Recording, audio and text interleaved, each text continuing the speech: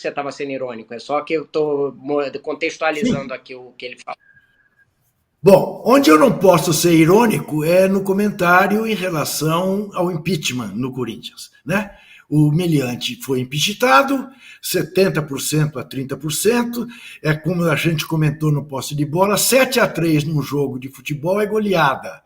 Na decisão de apenas 2 mil sócios do Corinthians, é preocupante, né, que haja 30% que tenham votado pela volta do meliante, volta do réu por furto qualificado, lavagem de dinheiro, associação criminosa.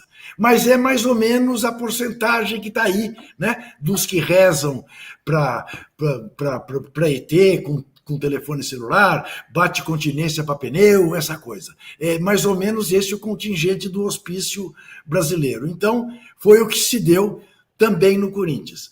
Corinthians esse que hoje foi informado pela FIFA que está, né, submetido ao transfer ban, não pode fazer aquisição de jogador nas próximas 3 janelas ou tem que pagar o Laguna do México para quem deve coisa de 6 milhões de dólares pelo passe, pelos direitos do Félix Torres, que é um blefe, pelo menos dentro do Corinthians, está na reserva, estudar a medida da gestão, né, do réu, que se chama Augusto Melo.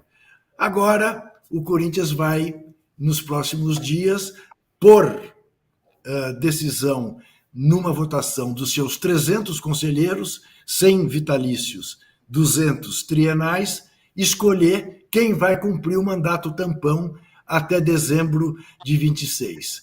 O presidente interino, que era vice de Augusto Melo, Osmar Stabile, já se disse candidato, e deve surgir um outro candidato em oposição a ele, Roque Cittadini, que é um conselheiro antigo do Corinthians, está na vida do Corinthians há muito tempo, é um historiador do Corinthians, inclusive, mas que, ao que tudo indica, será candidato contra Osmar Stabile. Roque Cittadini é do Tribunal de Contas do Estado de São Paulo e até outro dia, na segunda-feira, recebeu para uma homenagem o ministro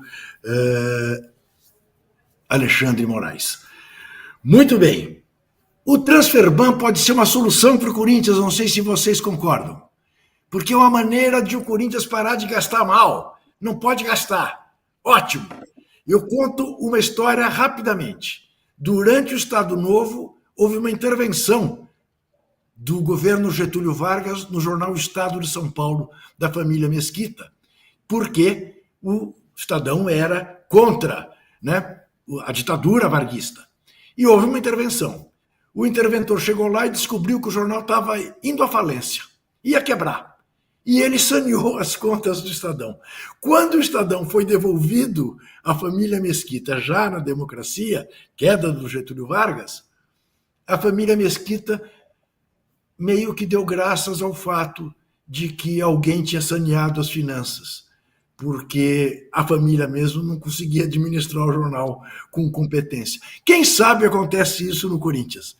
Há esta impossibilidade de gastar, e isto acaba fazendo com que o Corinthians volte os olhos para dentro de si e se vire com o que tem, sobreviva com o que tem e comece a sanear suas finanças, que é tudo que quem vai cumprir esse mandato tampão tem que fazer. Começar a sanear as finanças do Corinthians e não pensar em título de Copa do Brasil, do que quer que seja. E o Corinthians teve uma posição ontem, na reunião do Fair Play na CBF, eu queria que você complementasse, Marinha. Então, Juca, eu acho que pelo menos a diretoria interina do Corinthians tem um mérito em relação ao Augusto, que é que ela reconhece que tem um problema.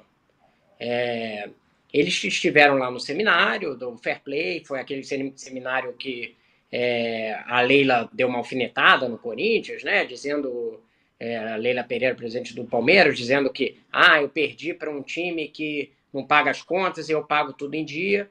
E aí teve uma parte que foi, ela falou isso publicamente, teve uma parte que ali os dirigentes começavam a dar opiniões, né, de quais os problemas principais, e era fechada para a imprensa. Mas eu mais ou menos apurei o que aconteceu. A Leila repetiu o que ela tinha dito publicamente, que ela considera o fair play essencial, que não dá para fazer liga sem ele, porque não dá para todo mundo não pagar. E o representante do Corinthians que estava lá, o Rosala Santoro, né, que participa, não tem um cargo exatamente, mas ele está nessa nova gestão, né? E o que ele se levantou para falar foi assim, que para dizer que o Corinthians se incomoda muito com a situação atual, que não acha que é uma situação confortável você chegar todo dia e ter gente cobrando porque o clube está com pendências, que isso não tem que ser visto como normal e que não é legal você ter ficar fazendo malabarismo todo mês para fechar as contas, que isso não pode ser tido como uma situação confortável e normal para o clube. O clube tem que procurar soluções para resolver isso. Não pode ser tido como normal. E eu faço um contraponto, porque eu já tinha feito, da outra vez, quando o Augusto ainda era presidente, eu falei com ele na CBF, ele disse que estava tudo certo, que não tinha nenhum problema, que o Corinthians atendia todos os parâmetros do fair play. Enfim, ele inventou um negócio, né? Ele inventou um mundo imaginário. Então, eu não sei se a atual diretoria ela tem um desafio enorme de resolver essa questão, inclusive se ficar. Mas pelo menos ela está reconhecendo o problema. Eu acho que isso é um primeiro passo do negócio. E eu sei que eles estão com alguns planos, tem um empréstimo agora da LFU, e que eu acho que é uma questão, porque teria que renovar durante mais tempo o contrato de TV do Corinthians, comprometeria o futuro, mas é uma discussão. Eles estão procurando recursos, mas pelo menos estão reconhecendo o problema e tentando começar a sanar. Mas também estão reconhecendo quando bateu no muro, né? Já veio o transfer ban, já não tinha mais para onde andar, né? Muito bem.